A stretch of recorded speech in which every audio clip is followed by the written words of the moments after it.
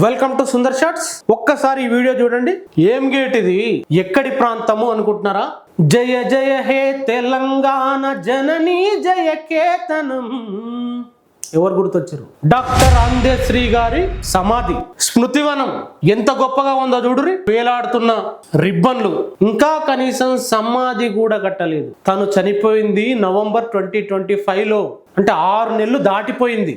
ఇదేనా అందశ్రీ గారి కోసం ఏర్పాటు చేస్తానన్న స్మృతివనం? ఇంత గొప్పగా, ఇంత అంగరంగ వైభవంగా ఉంది. ఇదేనా నిజంగా అందశ్రీ గారు చనిపోయిన సందర్భంగా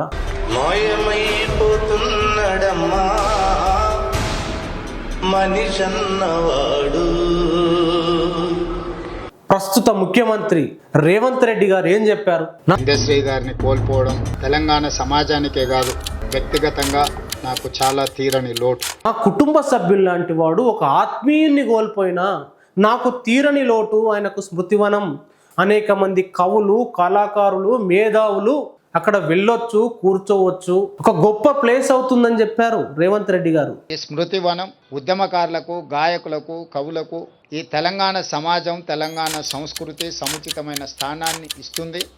ఇంత గొప్ప ప్లేసా? ఒక గేట్ లేదు, కనీసం 6 నెలలైనా ఒక సమాధి నిర్మించరా? నిజంగా చూడంగానే చాలా బాధ అనిపించింది. నేనేం రాజకీయ విమర్శలు చేయట్లేదు. ముఖ్యమంత్రి రేవంత్ రెడ్డి గారు 6 నెలలు గడిచిందండి. స్మృతివనం ఏంది? స్మృతివనం, మీ స్మృతివనం పాడుగాను, కనీసం చిన్న సమాధి అనేది ఏందాడా?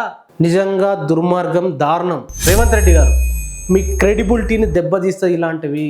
దయచేసి సరి చేసుకోండి, వెంటనే నిర్మించండి. ప్రజలారా, అనేక విగ్రహాలు ఏర్పాటు చేస్తా అని హామీల మీద హామీలు ఇచ్చుకుంటా వివాదాలలో పరుగులు తీస్తుండు మన రేవంత్ రెడ్డి గారు. మరి అందశ్రీ స్మృతివనం నిజంగా బాధాకరం అనిపించింది. నాకు చాలా బాధ అనిపించింది ఈ వీడియో చూస్తే. మీకేమనిపించింది తప్పకుండా రాయండి. Thank you very much. చూస్తూనే ఉండండి AT10.